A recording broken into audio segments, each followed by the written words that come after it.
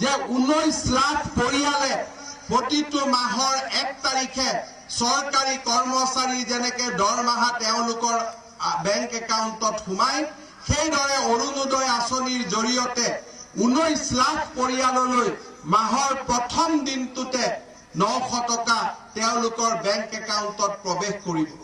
যদি এপ্ৰিল মাহত বিহুৰ মাহত আৰু 1000 টকা বেছি, দুৰ্গা পূজাৰ মাহত আৰু 1000 টকা বেছি, বানপানীৰ সময়ত আৰু 1000 টকা বেছি, কলেজৰ এডমিশনৰ সময়ত আৰু 1000 টকা বেছি। অৰ্থাৎ এটা স্থিৰ উপাৰ্জন থাকিব আৰু এটা গতিশীল উপাৰ্জন থাকিব।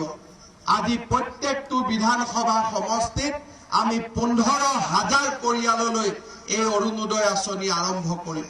অহা 2 অক্টোবৰ তাৰিখে আমি এই আঁচনিৰ প্ৰথম কিস্তিৰ ধন অসমৰ জনসাধাৰণলৈ মুকলি কৰি দিয়াৰ বাবে আমি চেষ্টা কৰিছো। এই অৰুণোদয় আঁচনিৰ জৰিয়তে প্ৰতিটো মাহতে 200 কোটি টকা ৰাজ্য চৰকাৰে খৰচ কৰাৰ বাবে সংকল্প বান্ধি লৈছে। আজি অসমৰ প্ৰতিজন বৃদ্ধ পৰিয়ালে বৃদ্ধ পেঞ্চন পায়। প্ৰতিজন শাৰীৰিকভাৱে বিশেষভাৱে সক্ষম দিব্যাংগ ব্যক্তিসকলে বেংকৰ একাউণ্টত টকা পায় আৰু এই সকলোৰে ওপৰত অৰুণোদয় আঁচনিয়ে অসমৰ অৰ্থনৈতিক বুনিয়াদ নিৰ্মাণৰ ক্ষেত্ৰত এক গুৰুত্বপূৰ্ণ ভূমিকা ল'ব। অৰুণোদয় আঁচনিত আমি নিয়ম কৰিছো যে এই যি মাহত টকা দুখীয়া পৰিয়ালসমূহৰ ঘৰলৈ আহিব, এই টকা পুৰুষৰ বেংক একাউণ্টত নোসোমাব, সেই পৰিয়ালত থকা এগৰাকী মহিলাৰ বেংক একাউণ্টতহে এই অৰুণোদয় ধন জমা দিয়া হ'ব, যাতে আমাৰ আই মাতৃসকলে সামাজিক ন্যায় পাব পাৰে, অৰ্থনৈতিক উন্নয়ন পাব পাৰে আৰু পৰিয়ালটো চলোৱাত যাতে তেখেতসকলে সকলো ধৰণৰ সুবিধা লাভ কৰিব পাৰে। আজি অৰুণোদয়ৰ দৰে সৰ্ববৃহৎ আঁচনি লোৱাৰ সংকল্প কৰাৰ সাহস অসমৰ চৰকাৰে আপোনালোকৰ আশীৰ্বাদৰ বাবেই পাইছিল। আজি আমি অহা কেইটামান দিনৰ পিছত আৰু কিছু নতুন আঁচনি বাজেটত ঘোষণা কৰা নতুন আঁচনিবিলাকক আমি প্ৰাণ দিবলৈ চেষ্টা কৰিছো। এটা এটাকৈ অসমৰ নামঘৰসমূহক নতুনকৈ নিৰ্মাণ কৰা, অসম দৰ্শন আঁচনিৰ জৰিয়তে অসমৰ মঠ মন্দিৰসমূহক নতুনকৈ নিৰ্মাণ কৰা, আমাৰ সভ্যতা সংস্কৃতিৰ প্ৰতিটো দিশতে আমি কৰবাত নহয় কৰবাত বৰঙণি থৈ যোৱাৰ বাবে আমি প্ৰচেষ্টা কৰিছো। এই আমাৰ চৰকাৰৰ এই প্ৰথম কাৰ্যকালৰ ভিতৰতে আমি নগাঁও, ধুবুৰী, উত্তৰ লখিমপুৰ, ডিফু, নলবাৰী, তিনিচুকীয়াত আমি নতুন মেডিকেল কলেজ নিৰ্মাণৰ আমি আৰম্ভ কৰিছিলো। এই বছৰত আমি বিশ্বনাথ চাৰিআলি, চৰাইদেউ, গোৱালপাৰা আৰু গুৱাহাটী মহানগৰীত দ্বিতীয়খন মেডিকেল কলেজ নিৰ্মাণৰ বাবেও আমি প্ৰচেষ্টা আগবঢ়াইছো। গুৱাহাটীৰ কাষৰ চাংচাৰীত এইমছ নিৰ্মাণৰ কাম আমি 70% সম্পূৰ্ণ কৰিবলৈ সক্ষম হৈছো। এতিয়া আমি চিন্তা কৰিছো যে অহা কিছুদিনৰ ভিতৰতে আমি মৰিগাঁৱতো নতুন মেডিকেল কলেজ নিৰ্মাণৰ বাবে আমি মাটি বাৰী বিচৰাৰ বাবে সিদ্ধান্ত লৈছো। মৰিগাঁৱৰ দৰে জিলাও, যি জিলাৰ স্বাধীনতা সংগ্ৰামত উজ্জ্বলতম বৰঙণি আছিল, সেই জিলাও যাতে উন্নয়নৰ পৰা আঁতৰি যাব নোৱাৰে তাৰ বাবে আমি প্ৰচেষ্টা কৰিছো। আজি কোনখন ৰাজ্য আছে য'ত বিনামূলীয়াকৈ কিডনী বেমাৰৰ ৰোগীক ডায়েলিচিছ কৰা হয়? আজি কোনখন ভাৰতত কোনখন ৰাজ্য আছে যিখন ৰাজ্যৰ শিশুত যদি হৃদযন্ত্ৰৰ যদি বেমাৰ হয়, বাংগালোৰলৈকে লৈ গৈ বিনামূলীয়াকৈ অস্ত্ৰোপচাৰ কৰি ঘৰলৈ লৈ অহা হয়? আজি কোনখন ৰাজ্য আছে আমাৰ ভাৰতবৰ্ষত যিখন ৰাজ্যত শিশুক যদি লিভাৰ ট্ৰান্সপ্লান্ট লাগে 25 লাখ 50 লাখ টকালৈকে চৰকাৰে মুকলিভাৱে সহায় আগবঢ়ায়?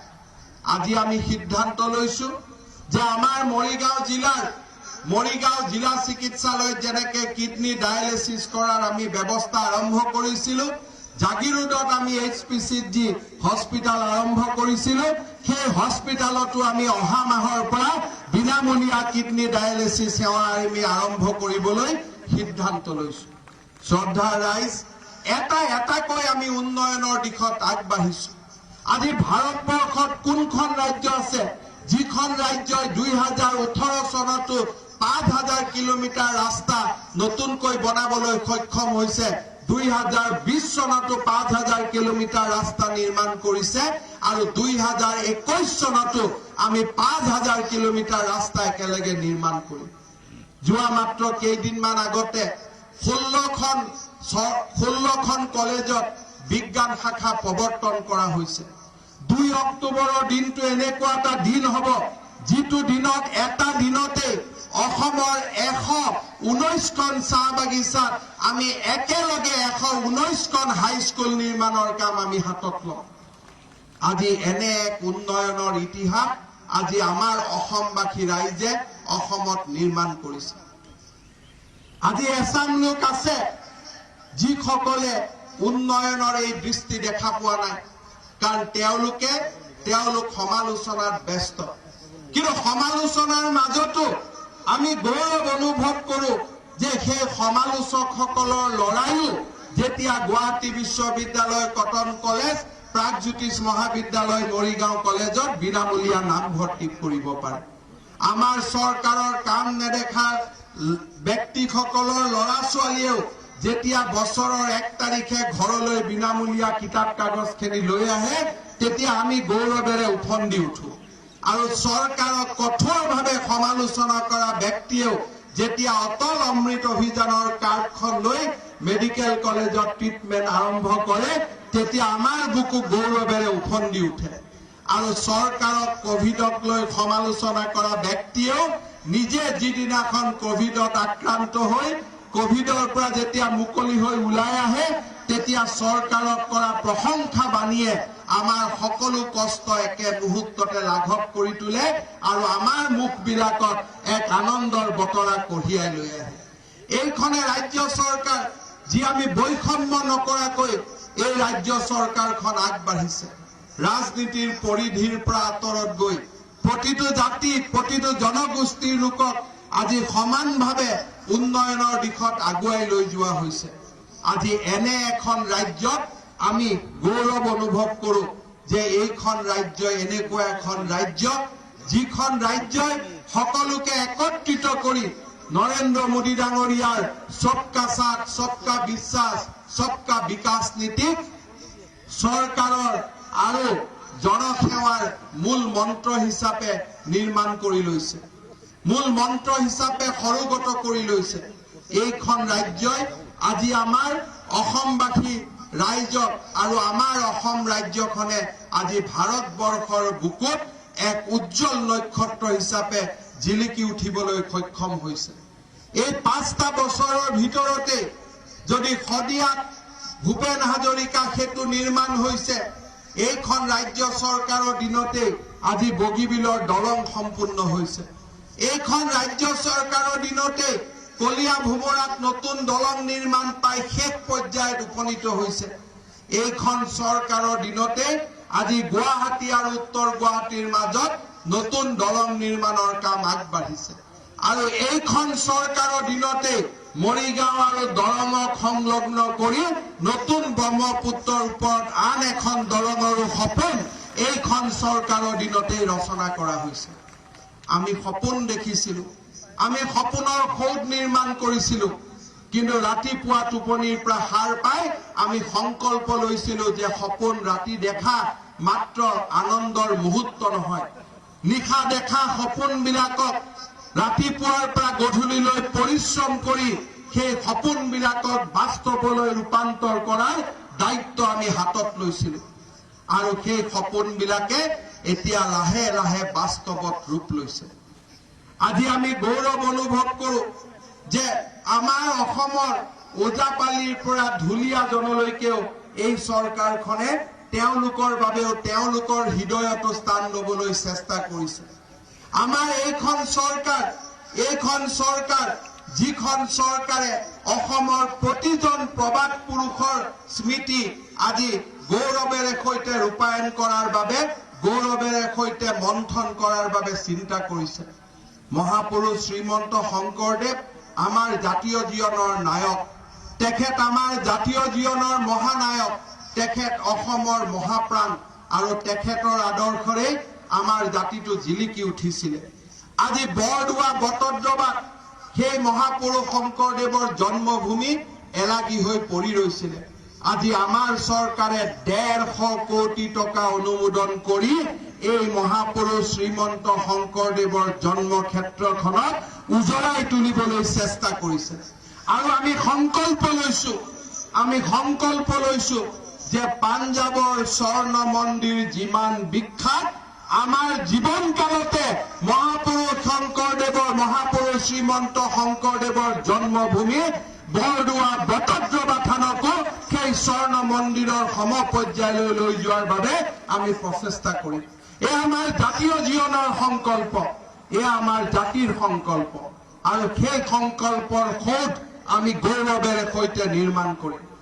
কোনেও আগত চিন্তা কৰা নাছিল যে মহাপুৰুষ মাধৱদেৱ, মহাপুৰুষ শংকৰদেৱৰ সেই স্মৃতিচিহ্নসমূহক কেনেকে আমি আগুৱাই লৈ যাম, কেনেকে নতুন প্ৰজন্মৰ বাবে তেওঁলোকৰ স্মৃতিক আমি নতুনভাৱে সজীৱ কৰি ৰাখিম, চিন্তা কৰা হোৱা নাছিল। আনকি শ্ৰীমন্ত শংকৰদেৱ সংঘই নিৰ্মাণ কৰা শংকৰদেৱ বিশ্ববিদ্যালয়খনকো উদাৰভাৱে ৰাজ্য চৰকাৰসমূহে চোৱা নাছিল। আজি এটাকৈ অসমৰ প্ৰবাদ পুৰুষসকলক, আমাৰ মহাপ্ৰাণসমূহৰ স্মৃতিক আমি জীয়াই তুলিবলৈ, নৱপ্ৰজন্মৰ মাজত বিয়পাই দিবলৈ আজি আমি প্ৰচেষ্টা কৰিছো। আজি সেই প্ৰচেষ্টাসমূহে ফল ধৰিছে। প্ৰধানমন্ত্ৰী নৰেন্দ্ৰ মোদী ডাঙৰীয়াই নতুন শিক্ষা নীতি আহিলে। আজি মৰিগাঁৱত তিৱা জনগোষ্ঠীৰ লোকসকল বাস কৰে। অসমৰ ৰাভা, বড়ো, কাৰ্বি, ডিমাচা আদি সেই লোকসকলে আমাৰ জাতীয় জীৱনক নিৰ্মাণ কৰিছিল। কিন্তু সময়ৰ সোঁতত তেওঁলোকৰ ভাষাসমূহ ৰাজ্যৰ শিক্ষাৰ মাধ্যমৰ পৰা আঁতৰি গৈছিল। প্ৰধানমন্ত্ৰী নৰেন্দ্ৰ মোদী ডাঙৰীয়াই কৈছে যে শিক্ষা আঞ্চলিক ভাষাত হ'ব লাগে, শিক্ষা মাতৃভাষাত হ'ব লাগে। আমি সংকল্প লৈছো, আমি নতুন শিক্ষা নীতি ডিচেম্বৰ জানুৱাৰীৰ ভিতৰত আমি শিক্ষা নীতিৰ প্ৰাৰম্ভিক কাঠামো আমি নিৰ্মাণ কৰিব খুজিছো। আৰু আমি সংকল্প লৈছো যে এতিয়াৰ পৰা ক্লাছ 5লৈকে কোনো ল'ৰা ছোৱালীয়ে অসমত ইংৰাজী মাধ্যমত নপঢ়িব, সকলোৱে নিজৰ মাতৃভাষা আৰু আঞ্চলিক ভাষাত পঢ়িব লাগিব। এনে সিদ্ধান্ত লোৱাৰ আমি সাহস কৰিছো। ইংৰাজী স্কুলবিলাকো যে দেখিছে, ক্লাছ 5লৈকে তেওঁলোকে হয় অসমীয়াত শিকাব লাগিব, তিৱাত পঢ়াব লাগিব, ৰাভাত পঢ়াব লাগিব, মিচিঙত পঢ়াব লাগিব, বড়োত পঢ়াব লাগিব, আৰু ক্লাছ 6ৰ পৰাহে ইংৰাজী মাধ্যম আৰম্ভ হ'ব। তেনেকুৱা এক যুগান্তৰকাৰী সিদ্ধান্ত আমাৰ ৰাজ্য চৰকাৰে গ্ৰহণ কৰিছে। আজি আমি সিদ্ধান্ত লৈছো যে যি স্কুলে যি মাধ্যমে নহওক কিয় 10মান শ্ৰেণীলৈ এটা বিষয় হিচাপে অসমীয়াক নিশ্চিতভাৱে পঢ়ুৱাব লাগিব। আজি আমি তেনে আইন আজি বিধানসভাৰ মজিয়াত আমি পাছ কৰিবলৈ আমি সক্ষম হৈছো। আমাৰ ভাষা, আমাৰ জাতি, আমাৰ কলা সংস্কৃতিক এই ধৰণে ক্ষুধা সঞ্জীৱনী, অমৃতৰ ক্ষুধা সঞ্জীৱনী দিয়াৰ কাম আগতে কেতিয়াও সক্ষম হোৱা নাছিল। প্ৰধানমন্ত্ৰী নৰেন্দ্ৰ মোদী ডাঙৰীয়াই যেনেকে ভাৰতত বিশ্বগুৰু কৰাৰ সংকল্প দেখিছে, তেনেকে আমিও সংকল্প দেখিছো যে অসমক ভাৰতৰ 5খন শক্তিশালী ৰাজ্যৰ ভিতৰত আমি এখন হিচাপে আমি নিৰ্মাণ কৰিব লাগিব। আৰু আজি সেই দিশত আমি দ্ৰুত গতিত আগবাঢ়িছো।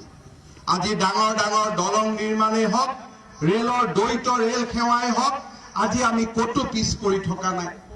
আজি ব্ৰহ্মপুত্ৰৰ ওপৰেদি মালবাহী জাহাজ চলাচলৰ পৰা আৰম্ভ কৰি ব্ৰহ্মপুত্ৰ আৰু বৰাক নদীৰ ওপৰত মালবাহী জাহাজৰ প্ৰচলনৰ পৰা আৰম্ভ কৰি আৰু এই নদী সভ্যতাক পৰ্যটনৰ কেন্দ্ৰবিন্দু হিচাপে নিৰ্মাণ কৰাকে আদি কৰি আজি আমি প্ৰতিটো দিশতে গৌৰৱেৰে সৈতে আগবাঢ়িছো। আজি আমি থলুৱা লোকসকলক তেওঁলোকৰ যি একচনীয়া পট্টাৰ মাটি আছে, সেই একচনীয়া পট্টাৰ মাটিও যাতে অসমৰ জনজাতীয় আৰু থলুৱা লোকসকলে কিনা বেচা কৰিব পাৰে, তাৰ বাবেও আজি আমি সিদ্ধান্ত হাতত লৈছো।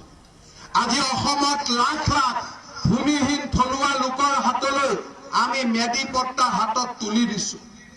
এই ধৰণৰ চিন্তা আগত কোনো চৰকাৰে কৰা নাছিল।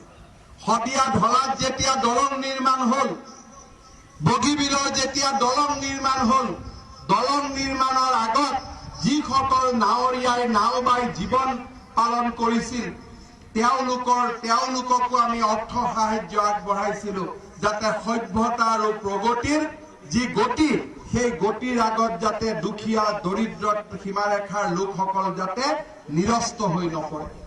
প্ৰতিখন ৰাজৰ গাঁৱলৈ একোখনকৈ বিনামূলীয়া ট্ৰেক্টৰ আগবঢ়োৱা হল। আৰু আমাৰ চৰকাৰৰ দিনতেই আজি আমি সিদ্ধান্ত লৈছো যে অসমৰ প্ৰতিটো যি মহিলাৰ আত্মসহায়ক গোট নিৰ্মাণ হৈছে তেওঁলোকক 25,000 টকা আৰু যিসকলৰ বেংকলৈকে কাগজ গৈছে প্ৰত্যেকটো গ্ৰুপকে আমি 50,000কৈ টকা অহা ডিচেম্বৰ মাহৰ আগত দিবৰ বাবে আমি সিদ্ধান্ত লৈছো। কনকলতা মহিলা সবলীকৰণত আমি 600 কোটি টকা এই বছৰত ব্যয় কৰাৰ বাবে সিদ্ধান্ত লৈছো। আমাৰ চৰকাৰৰ দিনতে সিদ্ধান্ত হল, প্ৰথমতে আমি বৃদ্ধ পেঞ্চন সাৰ্বজনীন কৰিছিলো। এতিয়া আমি কি কামত আগবাঢ়িছো যে অসমৰ প্ৰতিগৰাকী বিধৱা মহিলাই নিশ্চিতভাৱে পেঞ্চন পাবই লাগিব। আজি আমি এটাকৈ আৰু এই বছৰ বাজেটত আমি কি সিদ্ধান্ত লৈছো যে প্ৰতিগৰাকী অবিবাহিতা ছোৱালীলৈকেও আমি পেঞ্চন আগবঢ়াম।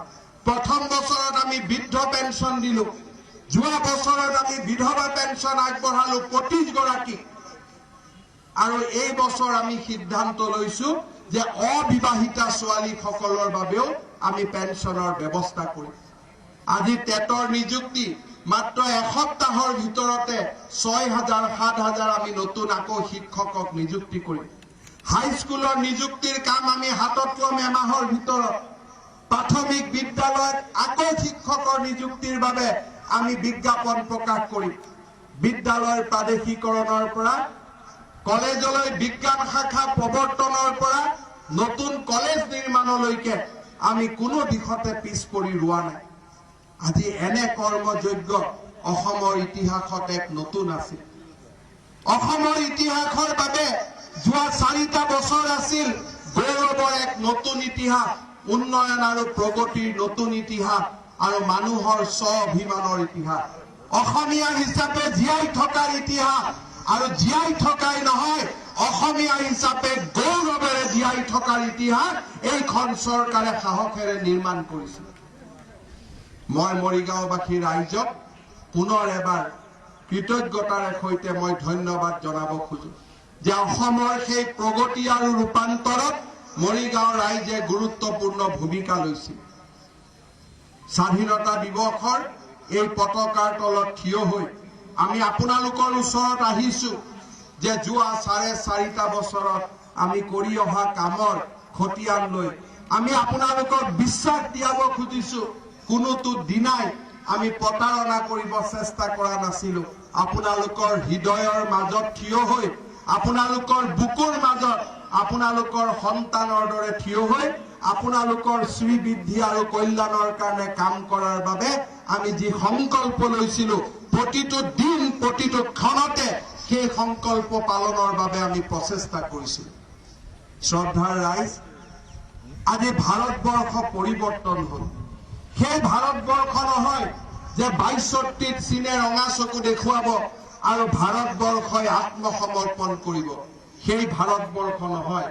চীনে যদি ভাৰতক ৰঙা চকু দেখুৱাই ৰাফেল বিমানেৰে প্ৰত্যুত্তৰ দিব, তেনে মহাশক্তিত ভাৰত আজি পৰিগণিত হৈছে। কোনোবাই যদি ভাবে যে আমাৰ স্বাভিমানক আঘাত কৰিবলৈ আমি ৰাম মন্দিৰ ভাঙি দিম, সেই ৰাম মন্দিৰ পুনৰ নিৰ্মাণ কৰাৰ সাহসো সেই ভাৰতবাসীয়ে গোটাবলৈ আজি সক্ষম হল। কোনোবা যদি সন্ত্ৰাসবাদীয়ে সীমা পাৰ হৈ ভাৰতক আক্ৰমণ কৰে, তেনে ৰাষ্ট্ৰৰ সীমাৰ ভিতৰলৈ সোমাই তেওঁলোকক যোগ্য প্ৰত্যুত্তৰ দিয়াৰ সাহস ভাৰতবাসীয়ে নিৰ্মাণ কৰিলে। আৰু সেই ভাৰতবাসীৰ লগত অসমেও আজি আমি নতুন সাহসেৰে আমি উজ্জ্বলি উঠিলো।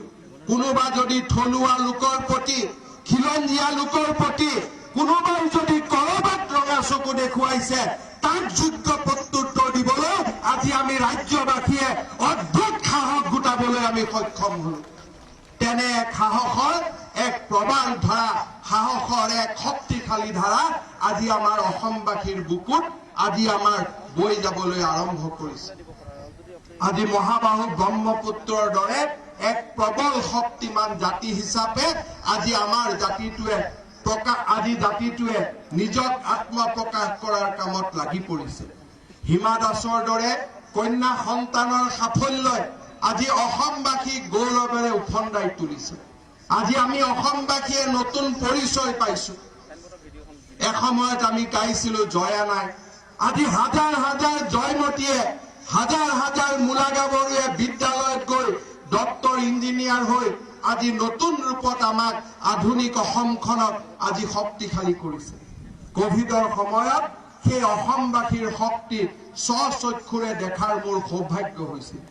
পিপি কিট পৰিধান কৰি অসমৰ চিকিৎসক, অসমৰ নাৰ্ছ, অসমৰ লেবৰেটৰী টেকনিচিয়ান, অসমৰ SW, MPW, অসমৰ চতুৰ্থ শ্ৰেণীৰ ক্লিনাৰসকলে যি ধৰণে জাতিটোক সেৱা কৰিছে তেনেকুৱা এক সেৱাৰ ইতিহাস আজি অসমৰ ইতিহাসত হয়তো আমি বহুত দিন দেখা নাছিলো। আজি আমাৰ জিলা প্ৰশাসনসমূহে যেনেকে দিনে নিশাই COVID-19ৰ যুদ্ধত নামি পৰিছে, নিজে আক্ৰান্ত হৈছে। কোভিডত আক্ৰান্ত হোৱাৰ পিছত হস্পিটালত চিকিৎসা কৰাৰ পিছত সেইসকল ব্যক্তি আকৌ হস্পিটালত ঘূৰি গৈ নিজৰ প্লাজমা দান কৰি অসমবাসীক গৌৰৱেৰে সৈতে উজ্বলাই তুলিছে। এনেকুৱা মানৱতাৰ ইতিহাস আজি আমাৰ অসমে নিৰ্মাণ কৰিছে। আৰু যেতিয়াই কোনোবাই আমাৰ স্বাভিমানক আঘাত কৰাৰ চেষ্টা কৰিছে তাক আমি যোগ্যতাৰে প্ৰত্যুত্তৰ দিবলৈও আজি আমি সাহস কৰিছো। মই বিশ্বাস কৰো অসমৰ এই যি অদ্ভুত শক্তি আমি যোৱা 4টা বছৰত অসমীয়া হিচাপে আমি নিৰ্মাণ কৰিলো, সমন্বয়ৰ যি সাঁকো নিৰ্মাণ কৰিলো, সেই অদ্ভুত শক্তিটোক অনাগত কেইবাটাও বছৰৰ বাবে আজি আমি ধৰি ৰাখিব লাগিব। কোভিড যুদ্ধত যেনেকে অসম ভাৰতবৰ্ষৰ 5খন ৰাজ্যৰ ভিতৰত অগ্ৰণী, তেনেকে শিক্ষা, সংস্কৃতি প্ৰতিটো ক্ষেত্ৰতে আমাৰ ৰাজ্যখন ভাৰতবৰ্ষৰ 5খন ৰাজ্যৰ ভিতৰত এখন হ'ব লাগিব। আৰু তাৰ প্ৰথম প্ৰমাণ আজি আমি দেখিবলৈ আৰম্ভ কৰিছো। ক্ৰীড়াৰ ক্ষেত্ৰত হিমা দাসে জিলিকি উঠিছে, সংস্কৃতিৰ ক্ষেত্ৰত ৰীমা, আদিল দাদাৰ দৰে সকলো আজি জিলিকি উঠিছে। আজি আমাৰ পঢ়া শুনাৰ ক্ষেত্ৰত প্ৰতি বছৰে IAS, IPSত আমাৰ ল'ৰা ছোৱালীয়ে কৰা ভাল ফলাফলসমূহে অসমৰ উজ্জ্বল ভৱিষ্যতৰ বাবে এক নতুন ইংগিত দিছে। আৰু অসমবাসী ৰাইজে আজি প্ৰতিটো ক্ষেত্ৰতে নিজৰ কলা, সংস্কৃতি, শিক্ষা, নিজৰ স্বাভিমানক এক নতুন দিশেৰে আগুৱাই লৈ গৈ এক নতুন অসম নিৰ্মাণৰ সংকেত দিছে। যি ধৰণে লাচিতে শৰাইঘাটৰ যুদ্ধত জিকিছিল, সেই ধৰণে অসমবাসীয়েও আজি আধুনিক যুদ্ধখনত জিকাৰ বাবে আজি সাহসেৰে ওলাই আহিছে। মই আশা কৰো যে স্বাধীনতা দিৱসত আমাৰ মৰিগাঁৱৰ স্বাধীনতা সংগ্ৰামী শ্বহীদসকলে আমাক প্ৰেৰণা দিব, কনকলতা, মুকুন্দ কাকতিয়ে আমাক প্ৰেৰণা দিব যে আমি যেন অনাগত যুঁজখনত আমি জয় লাভ কৰিব পাৰো। মই পুনৰ এবাৰ অসমক স্বাধীনতা সংগ্ৰামত আমাৰ ৰাজ্যখনক আগুৱাই লৈ যোৱা ভাৰতবৰ্ষৰ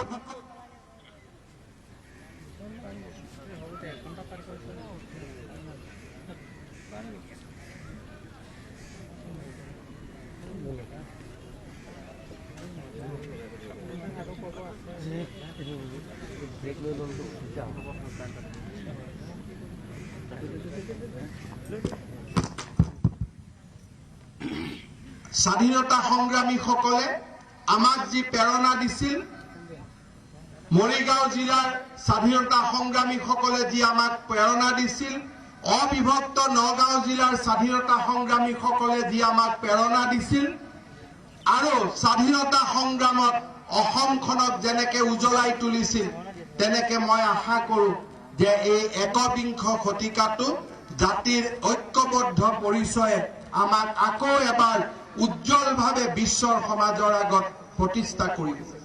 মই পুনৰ এবাৰ আপোনালোকক ধন্যবাদ জনাইছো, কৃতজ্ঞতা জনাইছো।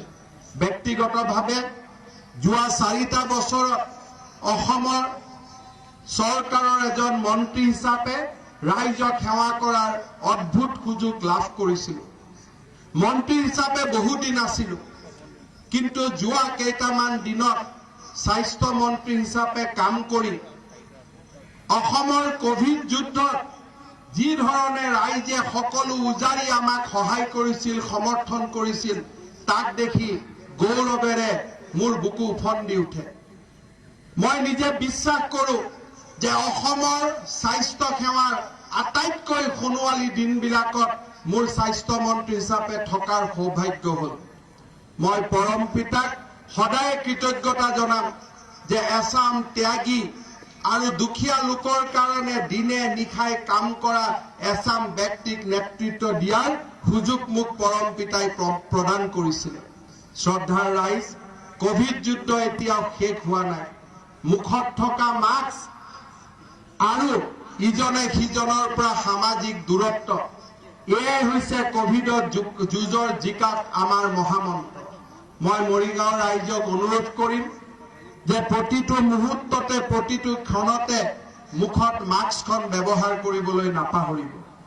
ইজনে সিজনৰ পৰা আমি দূৰত থাকিব লাগিব। লালকিল্লাত থিয় হৈ প্ৰধানমন্ত্ৰী নৰেন্দ্ৰ মোদী ডাঙৰীয়াই আজি ঘোষণা কৰিছে যে ভাৰতবৰ্ষই 3টাকৈ কোভিড ভেকচিনৰ পৰীক্ষা চলাইছে। অৰ্থাৎ অহা কিছু দিন হওক, মাহ হওক, আমি নিশ্চিত যে প্ৰধানমন্ত্ৰী নৰেন্দ্ৰ মোদী ডাঙৰীয়াৰ নেতৃত্বত আমি 3টাকৈ কোভিডৰ ভেকচিন আমি লাভ কৰিম। আমি অসমবাসী ৰাইজক প্ৰতিশ্ৰুতি দিছো যে যি মুহূৰ্ততে মানৱ ইতিহাসত ভেকচিনে আত্মপ্ৰকাশ কৰিব, ভাৰতৰ মাটিত ভেকচিন আত্মপ্ৰকাশ কৰিব, সেই দিনটোতো ৰাজ্য চৰকাৰে সৰ্বপ্ৰকাৰৰ চেষ্টা কৰিব যাতে অসমৰ নাগৰিকসকলৰ বাবেও আমি যাতে কোভিড-19ৰ বিৰুদ্ধে ভেকচিন আমি আনি আপোনালোকৰ হাতত তুলি দিব পাৰোঁ। সেই দিনটো হয়তো এমাহো হ'ব পাৰে, 3 মাহো হ'ব পাৰে, 4 মাহো হ'ব পাৰে, কিন্তু ভেকচিন আমাৰ হাতত নপৰালৈকে কোভিডৰ বিৰুদ্ধে আমি যুঁজি থাকিব লাগিব। আৰু কোভিডৰ বিৰুদ্ধে যুঁজাৰ দুপাতেই মাত্ৰ অস্ত্ৰ, মুখত মাস্ক আৰু সামাজিক দূৰত্ব। মই ভাবো মৰিগাঁওবাসী ৰাইজে সেই 2টা মহামন্ত্ৰ পালন কৰিব আৰু মৰিগাঁও জিলাক কুশলে ৰাখিব, স্বাস্থ্যৰে সৈতে ৰাখিব আৰু প্ৰতিগৰাকী লোকে দীৰ্ঘ জীৱন লাভ কৰিব। মৰিগাঁৱত যোৱা 4টা বছৰ দুবাৰকৈ আহি ভাৰতবৰ্ষৰ তিৰংগ পতাকা উত্তোলন কৰাৰ মোৰ সৌভাগ্য হৈছিল। আপোনালোকে যি মোক মৰম আৰু চেনেহ দেখুৱালে তাৰ বাবে আপোনালোকক পুনৰ এবাৰ ধন্যবাদ জনাইছো। আৰু সকলোৱে আমি আজিৰ দিনটোত আকৌ এবাৰ সংকল্পবদ্ধ হ'ম যে ভাৰতবৰ্ষৰ অখণ্ডতা, ভাৰতবৰ্ষৰ সাৰ্বভৌমত্ব আৰু অসমৰ বিকাশ আৰু অসমৰ যাউতিযুগীয়া শান্তি আৰু সমন্বয়ক আমি জীৱনৰ মহামন্ত্ৰ হিচাপে লৈ আগবাঢ়িম। শিক্ষা, সংস্কৃতি, ক্ৰীড়াৰ সুভাষেৰে আমি আমাৰ আই জননীক সেৱা কৰিম আৰু এই অসমীয়া আই জননীক ভাৰতবৰ্ষৰ উজ্জ্বল নক্ষত্ৰ হিচাপে জিলিকাই থাকিম। জয় হিন্দ। আজিৰ অনুষ্ঠানত মুখ্য অতিথি হিচাপে উপস্থিত থাকি আজিৰ এই অনুষ্ঠানৰ সুস্থ বৃদ্ধি কৰাৰ বাবে মই মৰিগাঁও জিলা প্ৰশাসনৰ তৰফৰ পৰা মাননীয় মন্ত্ৰী মহোদয়লৈ ধন্যবাদ আৰু কৃতজ্ঞতা জ্ঞাপন কৰিম। এতিয়া